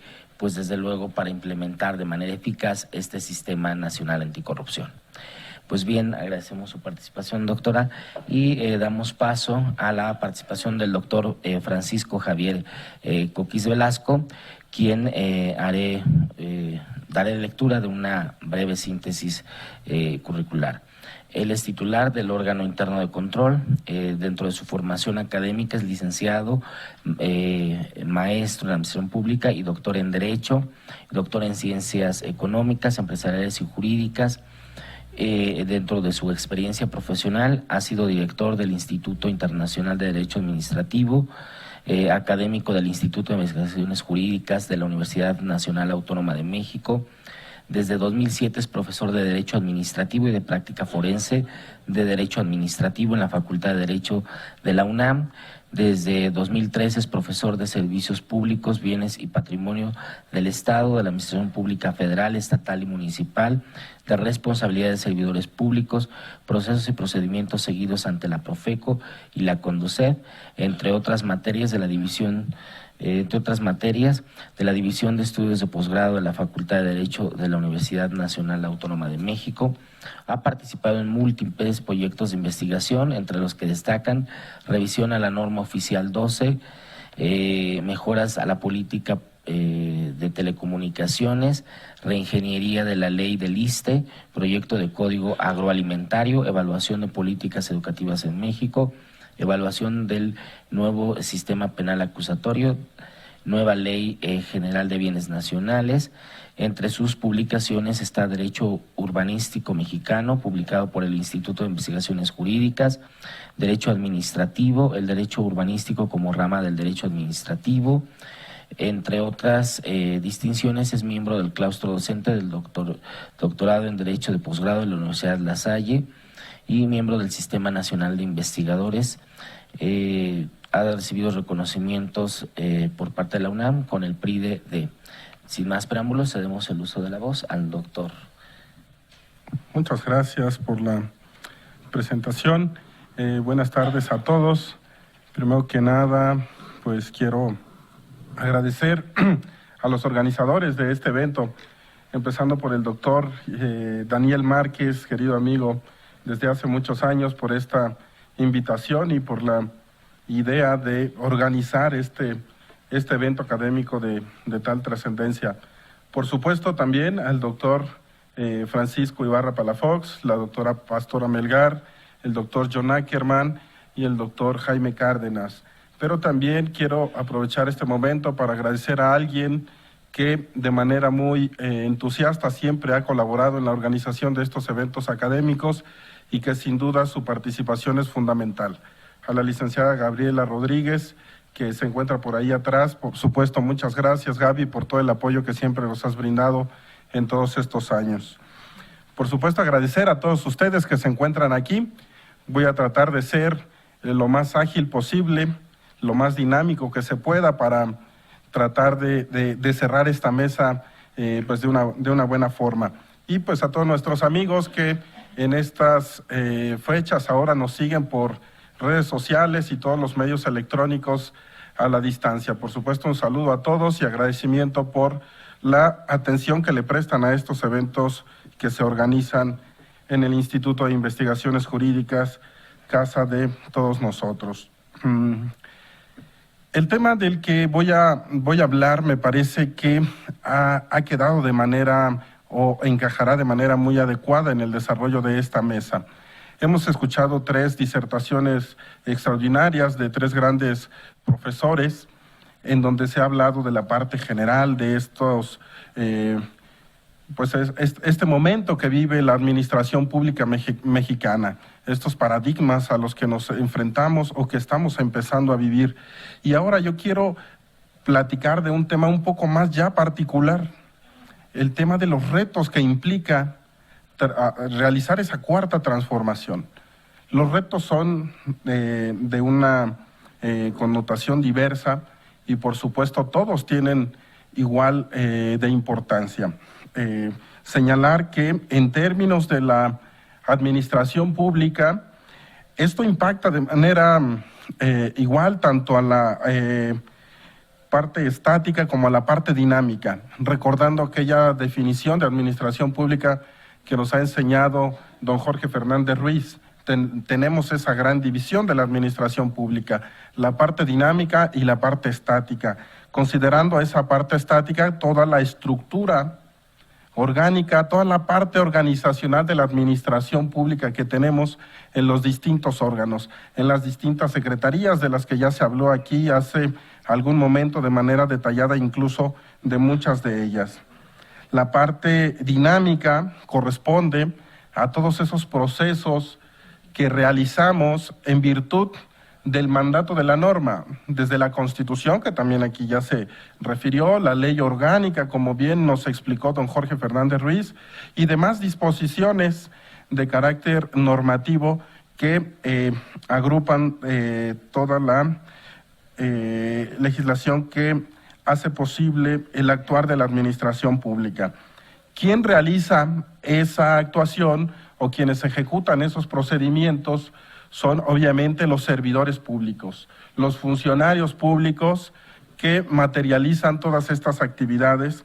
Por tanto, es importante señalar aquí la relevancia que tiene en esta cuarta transformación esa parte personal, la parte humana, la parte de los servidores públicos que tendrán que ejecutar todo esto, que a lo mejor podríamos desde aquí, desde la academia, dar algunas recomendaciones, pero que en su momento se tienen que materializar allá en el día a día trabajando en la administración pública.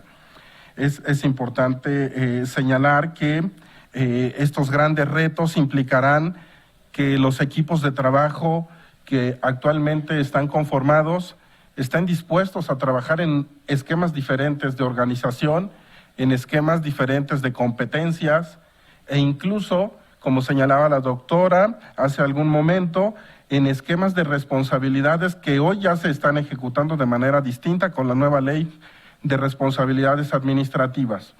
Por tanto, es de vital trascendencia toda esta ejecución de los servidores públicos. No hay que dejar de lado también que en esta cuarta transformación tenemos también modificaciones a las dinámicas de trabajo, a los horarios, a las estructuras que se encuentran actualmente.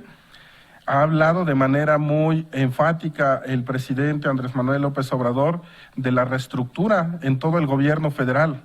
Ese es un gran reto que tenemos todos los servidores públicos para enfrentar. Esa reestructura se materializará en una reducción del 30% del personal que trabaja en todos los órganos de gobierno. Es algo muy complicado. Se ha pensado que incluso esto llegue hasta los órganos internos de control, en donde solamente habrá una disminución, será un poquito menos severa ese ajuste y estará por ahí del 25-23% la reducción del personal de los órganos internos de control. Una situación muy difícil considerando que en muchos de ellos se necesitaría, en una cuestión de lógica, se necesitaría tener mayor alcance, tener mayor personal. Por ejemplo, en el caso de la Procuraduría Federal del Consumidor, el alcance de supervisión que se tiene es del 35%. En estándares internacionales, lo ideal es llegar cuando menos a un 50% en ese alcance de la supervisión, de la verificación. Y podremos ir a un extremo en el que, por ejemplo, Pemex, la unidad, tiene ahora una capacidad únicamente para verificar el 2% de los contratos que celebra Petróleos Mexicanos. Y en ese 2% se encuentran una gran cantidad de irregularidades. Obviamente, una cuestión de lógica, como decía hace un momento, deberíamos de tener órganos internos mucho más fortalecidos. Sin embargo, tenemos una situación de austeridad que también se comentó ya antes, que atender. Y es otro de los grandes retos, transformar la administración pública, pero también en un esquema de austeridad en el que hagamos que menos elementos den mejores resultados. Entonces, es una actividad sumamente valiosa la que realizarán todos los servidores públicos. Estos retos a los que me refiero son de diversa índole, muchos de ellos son administrativos, otros son económicos, todo lo que tiene que ver con la austeridad, otros son incluso sociales, y estamos viendo distintos conflictos cuando en determinadas instituciones se están ejecutando los recortes y una buena parte de esos trabajadores dicen, bueno, ¿cómo nos vamos a quedar sin empleo ahora? ¿Qué vamos a hacer? Está tocando hasta estas cuestiones sociales esa transformación. Y otros de los grandes retos son los normativos y que a nosotros como abogados nos interesan mucho, que nos gusta verificar, que nos gusta analizar y quizás es en donde podemos tener también grandes aportaciones.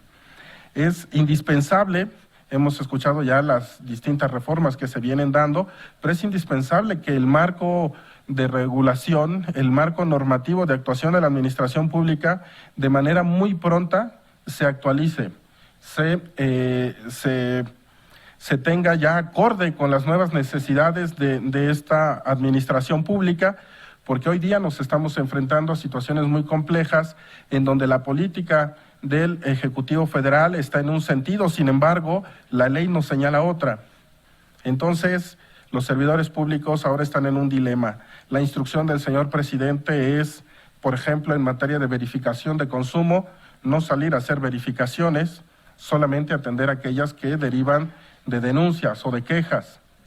Pero la Ley Federal de Protección al Consumidor señala que la Procuraduría debe hacer verificaciones de oficio. Entonces, ahí tenemos una disyuntiva para los servidores públicos al momento de ejecutar sus actividades. Por tanto, otro de los grandes retos tiene que ver con la actualización del marco normativo lo más pronto posible. Ahora, para aterrizar en un tema muy concreto, me referiré a lo que se denominó en esta cuarta transformación la descentralización administrativa. Desde mi punto de vista, pues con un nombre equivocado, porque implica únicamente cambiar de domicilio a distintas secretarías y entidades de la administración pública, no una descentralización. No estamos entrando a la modificación de una de las formas de administración pública, sino simplemente estamos enviando a distintas zonas geográficas, a distintos entes o a distintos órganos de gobierno. Se ha pensado que en este tema de también la austeridad y del desarrollo más equilibrado de la riqueza en el país, pues distintas secretarías deberían de ubicarse en distintos lugares. Esto es importante señalar que tocará de manera muy importante a los distintos elementos de la administración pública. Por un lado tenemos al elemento estructural, que tiene que ver con todas las estructuras orgánicas que, dicho sea de paso, la Secretaría de la Función Pública es quien valida esas estructuras. Por tanto, se debe de formar un equipo muy capacitado para verificar que las nuevas estructuras estén acorde con la austeridad, pero también acorde con las necesidades del funcionamiento de los órganos de gobierno. Tenemos la parte procedimental, toda la parte de las normas que dejan o que dan la posibilidad de actuación de los servidores públicos, todo lo que implica el principio de legalidad que todos los abogados siempre tenemos muy estudiado, muy verificado. Tenemos la parte material como un tercer lugar, la parte material que implicará todo ese cambio del lugar de la infraestructura que tenemos, equipos de cómputo, materiales, expedientes que tendrán que cambiar a otros domicilios, etcétera. Y sobre todo en el cuarto lugar dejo la parte personal, el elemento personal, que es esta cuestión la más valiosa desde mi punto de vista de todos los elementos de la administración pública. Siempre manifiesto en mis clases que a lo mejor con un buen equipo de servidores públicos, con escasos recursos podemos lograr mucho. Sin embargo, aun cuando tengamos recursos abundantes, sin un buen equipo de servidores públicos no podríamos lograr probablemente nada, ¿no? Entonces, es la parte más indispensable de estos elementos de la administración pública. Como señalaba yo hace un momento, esta cuarta transformación toca a los 5 elementos, la parte de la reforma a la Ley Orgánica de la Administración Pública Federal y a todos los reglamentos internos de las secretarías. Todo es la parte procedimental. Todo se ve reflejado en estas modificaciones que se tendrán que realizar. La parte material, decía yo, el cambio de domicilio, de todos los insumos que se requieren para ejecutar la labor administrativa y sobre todo en el caso del el elemento personal. Esta idea de cambio de domicilio de las dependencias de la administración pública centralizada no es la primera vez que ocurre. Tenemos antecedentes de otros momentos en los que ya ha ocurrido. Me refiero así a la década de los 50 con el presidente Adolfo Ruiz Cortines, quien propuso llevar los excedentes de población de aquel entonces, imaginen, a las zonas costeras con un proyecto llamado Marcha al Mar. Se intentó que fuera población hacia aquellas zonas. También ocurrió en el sexenio del presidente Miguel de la Madrid, y esto tuvo su origen en el sismo de 1985, y se pretendió mover ciertas secretarías de domicilio para atender o propiciar un equilibrio urbano y la integración regional del país. Aquí me voy a referir a una parte que me ha gustado estudiar en los últimos años, en la parte del desarrollo urbano. Me parece que es una muy buena idea. Pienso yo que al señor presidente, algún urbanista, alguien experto en esta materia, en desarrollo urbano, le habrá aconsejado eso como una cuestión importante para el crecimiento y desarrollo de los centros de población de otros lugares, no solo de la Ciudad de México. Y desde ese punto de vista es muy interesante, desde ese punto de vista es algo positivo. Sin embargo, desde el punto de vista administrativo, a mí me cuesta un poco de trabajo entender que pudiéramos tener buenos resultados, al menos a corto plazo. Creo que tenemos que tener primero un buen plan de desarrollo de todas aquellas ciudades a donde migrarían estos órganos de gobierno para que pudieran recibirlos y pudieran tener el impacto que se quiere hacia aquellas zonas geográficas en el desarrollo económico que se tiene. Tenemos una lista pues bastante amplia de las secretarías de Estado, donde irían, por ejemplo, la Secretaría de Turismo iría a Quintana Roo, a Chetumal, la Secretaría de Energía a Villahermosa, Tabasco, la Secretaría del Bienestar a Oaxaca, la Secretaría de Cultura a Tlaxcala, y esto me recuerda efectivamente que hace ya algunas semanas el personal de la Secretaría de Cultura pues estaba manifestándose, negándose a trasladarse a la ciudad de Tlaxcala con la Secretaría. Tenemos la Secretaría de la Función Pública, que se pretende que fuera a la ciudad de Querétaro. Y también otras dependencias como Pemex, Conagua, que Conagua iría a Veracruz, Pemex a Ciudad del Carmen. Eso me parece que sí tiene una lógica importante. Y la Comisión Federal de Electricidad a Tuxtla Gutiérrez. Ahora, se quedan en la Ciudad de México secretarías como Gobernación, Hacienda, Secretaría de Energía, la Sedena, por supuesto. Y yo me preguntaría si la Secretaría de la Función Pública no tiene igual de relevancia que estas últimas que acabo de señalar en el despacho de los asuntos del Poder Ejecutivo Federal y tendría que quedarse también aquí en la Ciudad de México. Eso como un ejemplo nada más del análisis de una de las secretarías. Y podríamos entrar en el análisis de cada una para saber si sería bueno que migrara a otra ciudad y qué impacto tendría en aquel lugar.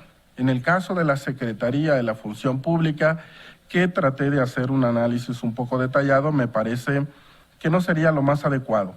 La Secretaría de la Función Pública tiene que estar junto con quien otorga los recursos económicos, supervisando que se ejecuten de manera adecuada, al lado del presidente, al lado de quien ve las cuestiones de seguridad interior y seguridad exterior de nuestro país. Además, en cuestiones de austeridad, la Secretaría de la Función Pública tiene un edificio propio, no tendría que estar migrando a otra ciudad a tener que hacer erogaciones al propio gobierno para un edificio en el que tendría que alojarse. Esto como un mero ejemplo. Como es lógico, pues tenemos ventajas y desventajas de cambiar a distintas ciudades las dependencias de gobierno. Dentro de las ventajas podríamos hablar de una muy importante que es la migración por completo a las cuestiones del gobierno digital. Es importante el uso de la tecnología, es importante que cada vez más migremos hacia esos escenarios porque per se implican beneficios para el buen funcionamiento del gobierno. Ello fortalece la transparencia, la rendición de cuentas y constituye un gran inhibidor de la corrupción, ya que permite eliminar intermediarios y reduce al mínimo los riesgos de burocratización y las malas prácticas de la gestión de los trámites y servicios. Con esto, además, podríamos ir en el sentido de atender algo muy importante de la reforma del 10 de junio de 2011 en materia de derechos humanos, que es el derecho humano a una buena administración pública. Entonces, es importante tomar en consideración esta cuestión. Otros de los beneficios que representa serían en cuestión económica, lo señalaba hace un momento, quizás el reparto más equilibrado de la riqueza en cuanto a las actividades que se desarrollan, pero desde mi punto de vista, tiene que ser algo muy estratégico para colocar a una dependencia de gobierno de la magnitud de una secretaría en una determinada ciudad. Porque si no, esto nos generaría conflictos urbanos muy severos, que es algo que ha venido ocurriendo a lo largo de décadas en nuestro país, ¿no? Tenemos también probablemente como ventajas que representaría para la Ciudad de México, pues menor cantidad de población, menor flujo de vehículos, tendríamos a lo mejor un poco menor el tráfico, pero quizás estos beneficios son mínimos comparados con las dificultades que nos representen. ¿Qué retos o qué cuestiones tenemos que ver para ese traslado? Pues todo lo que implicarán los gastos para mudarse a un nuevo lugar. Sé que la Secretaría de Hacienda hoy tiene presupuestados esos gastos, los tiene previstos ya. Sin embargo, habrá que ver si es conveniente que se gasten, que se eroguen en eso, ¿no? Los costos de los inmuebles que se tendrán que rentar, en todos los lugares no existen bienes propiedad del gobierno que administre el INDAVIN, los traslados de todos los equipos, expedientes, etcétera, lo que comúnmente llamamos las mudanzas, ¿no? Y una cuestión bien importante, la demanda de vivienda en esos lugares para los trabajadores de la Secretaría. Imaginemos solo al ISSSTE, con la cantidad de funcionarios que tiene, no creo que tengamos viviendas o oferta suficiente de vivienda para todos los trabajadores solo del ISSSTE en aquella ciudad.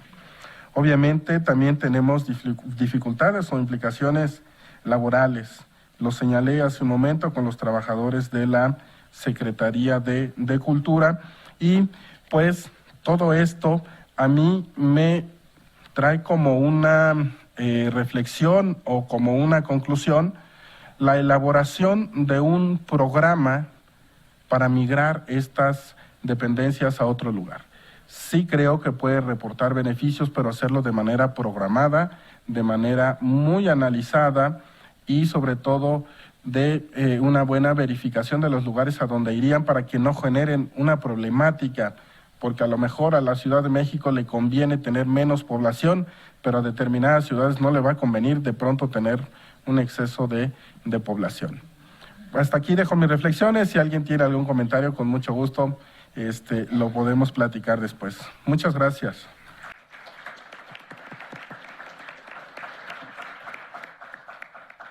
Bien, agradecemos la participación del doctor Francisco Javier, que sin duda nos deja algunas reflexiones en torno a estos temas, el fortalecimiento de los órganos de control, la transformación de la administración pública de manera más eficaz, con pocos recursos, y tanto económicos como humanos, y desde luego este tema de realizar una actualización de la normatividad con relación a los dilemas que presenta la propia función del servicio público y lo que establece la ley, y desde luego este tema de la descentralización administrativa vinculada solo al cambio de domicilio y no a un cambio estructural en su naturaleza.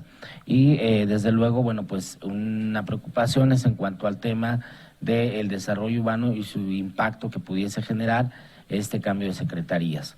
Bien, pues desde luego daremos paso a alguna sesión de preguntas y respuestas.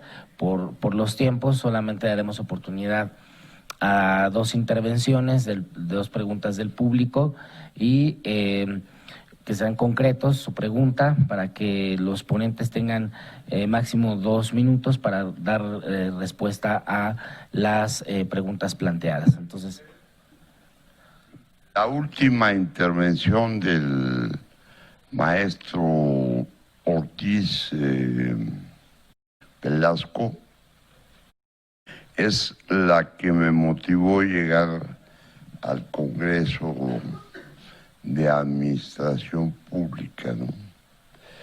Bueno, yo considero que el problema de la reforma de la administración, de la descentralización de la Secretaría, yo creo que es un asunto importante que tiene que ver con la transformación de un país que requiere un modelo heterodoxo para poder salir de la inercia neoliberal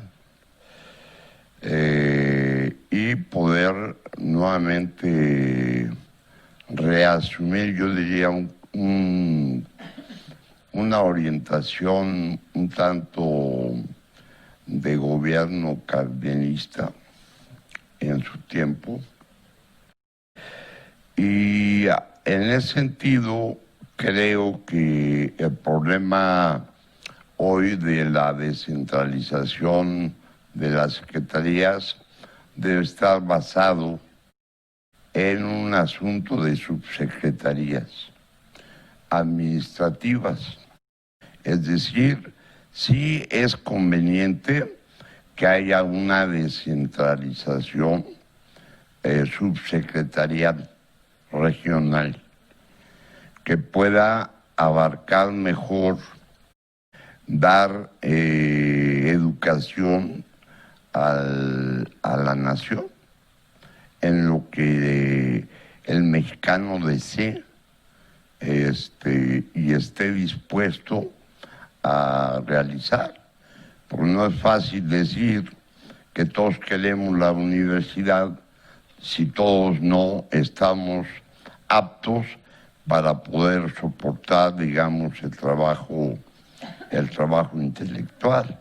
A muchos no les gusta, a todos no les gusta un trabajo precisamente de estudio, sino les gusta una profesión, un oficio en donde se puedan desempeñar de muchas maneras. Bueno, entonces en ese sentido yo, por ejemplo, veo que sería conveniente, tomando en cuenta nada más una secretaría, porque todas tienen que ver con la riqueza de la productividad de los mexicanos en términos de hacer uso de sus recursos naturales, energéticos y sobre todo de poder integrar mejor sus recursos humanos. Pero la Secretaría de Educación Pública podría ser descentralizada en 5 subsecretarías administrativas. Una podría estar en Monterrey, otra podría estar en Sinaloa, se me ocurre, ¿no?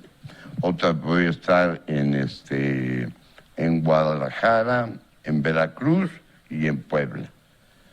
Y ahí se podrían resolver ya los problemas que hay nacionales de crear en el centro histórico un mastódromo de migraciones mexicanos y nada más le pediría de favor que hiciera la pregunta. Entonces, en ese sentido, y me parece que es correcto, y yo diría que es necesario crear un seminario permanente para que pueda el gobierno de la Cuarta Transformación realimentarse, porque es una de las funciones que tienen las universidades, poder asesorar a las políticas públicas en términos de recomendaciones y en términos de poder hacer que la labor de las universidades tengan una implementación en términos de creatividad de nuestros recursos humanos. Bien, sería la última, muy breve, por favor, porque ya estamos sobre los tiempos de la mesa. Una más, muy concreta, para que puedan tener la intervención ahora de 1 minuto. Bueno, muchas gracias. Acorde al espíritu crítico que se debe de crear en las universidades, la pregunta sería sobre todo con la ponencia de la doctora Ana Elena Fierro sobre las organizaciones que dieron pie, que lucharon durante muchos meses para la creación de la Ley de 3 y que han denunciado, han destapado los actos más graves de los últimos años de corrupción. ¿Considera usted que es una contradicción para un Estado que aspira a ser democrático, que se ataque de esta manera como se está haciendo a las organizaciones de la sociedad civil? Gracias. Damos un minuto para que cada ponente pueda dar respuesta y sus conclusiones muy rápidas, por favor. Muchas gracias. Sin duda yo creo que restablecer la confianza es no hacer equipos de amigos y enemigos, pero también hay que decir, y esto es cierto, que hay de todo tipo de sociedades de la sociedad civil, organizaciones de la sociedad civil, y que desgraciadamente en algunos casos, algunas de ellas han sido cuestionadas también por cuestiones de corrupción. De tal manera que yo creo que lo que debe de existir es la aplicación estricta de la ley a todos. Eso es lo que buscamos, un Estado de Derecho donde no haya privilegios para nadie, donde las leyes se nos apliquen de forma igual, estemos donde estemos, tanto las que garantizan nuestras libertades como las que sancionan nuestros hechos ilegales. Creo que lo que más enfatizaría o lo que más preocupa cuando se habla del Sistema Nacional Anticorrupción es cómo le hacemos para volver a confiar unos en otros en este país, porque si no es así, no vamos a avanzar. Muchas gracias.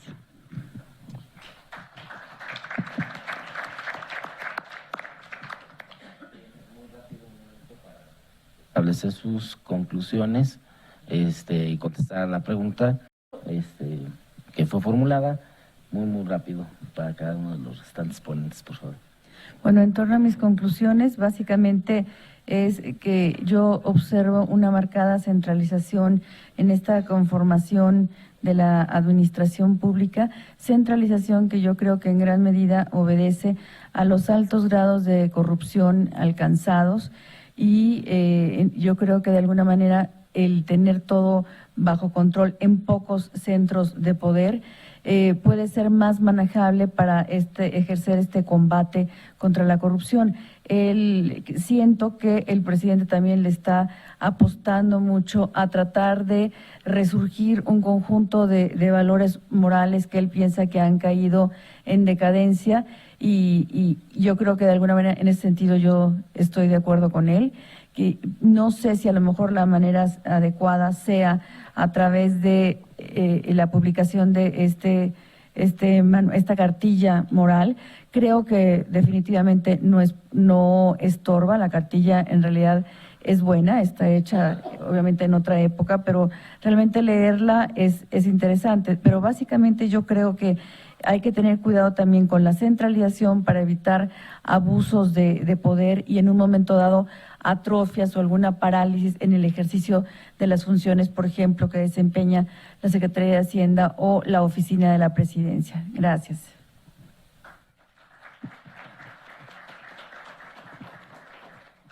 Muy rápido para culminar una última reflexión. El que se vayan, o sea, quieran migrar a otros lugares las secretarías o distintas dependencias, tiene que ver con propiciar desarrollo en otros lugares a donde vayan y con evitar también conflictos que hay ya aquí en la Ciudad de México. Creo que esas dos situaciones las podemos resolver si acercamos, le quiero llamar de manera general ahora, distintas oficinas de las secretarías a distintos lugares. Podemos pensar quizás en el principio de manera regional, acercar para que no todos los ciudadanos tengan que venir a la Ciudad de México a hacer determinadas gestiones, puedan hacerlo en otros lugares mucho más cercanos a donde viven y al mismo tiempo evitemos esa concentración aquí en la Ciudad de México. Quizás la figura que nos convendría analizar y discutir aquí es la de la desconcentración, no la de la migración del conflicto a otro lugar, porque al final va a seguir la centralización. No va a estar en la Ciudad de México, pero va a estar en otro lugar, centralizada esa secretaría, y ahora el conflicto lo va a tener otro lugar. Gracias.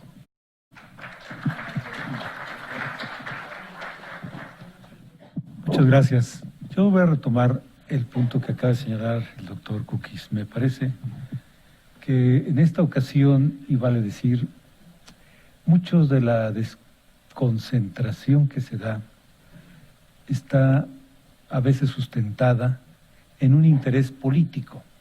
Y digo esto porque en el caso de Michoacán, el director general, se está proponiendo para candidato a gobernador. Entonces, me parece que esa tendencia pudiera estar un enfoque político y obviamente estamos ante una naturaleza política administrativa.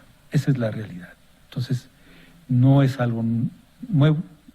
Muchos secretarios de Estado en un tiempo fueron presidentes de la República y nuevamente ahora las dependencias vuelven a ser un medio político que pudiera ser utilizado en ese punto.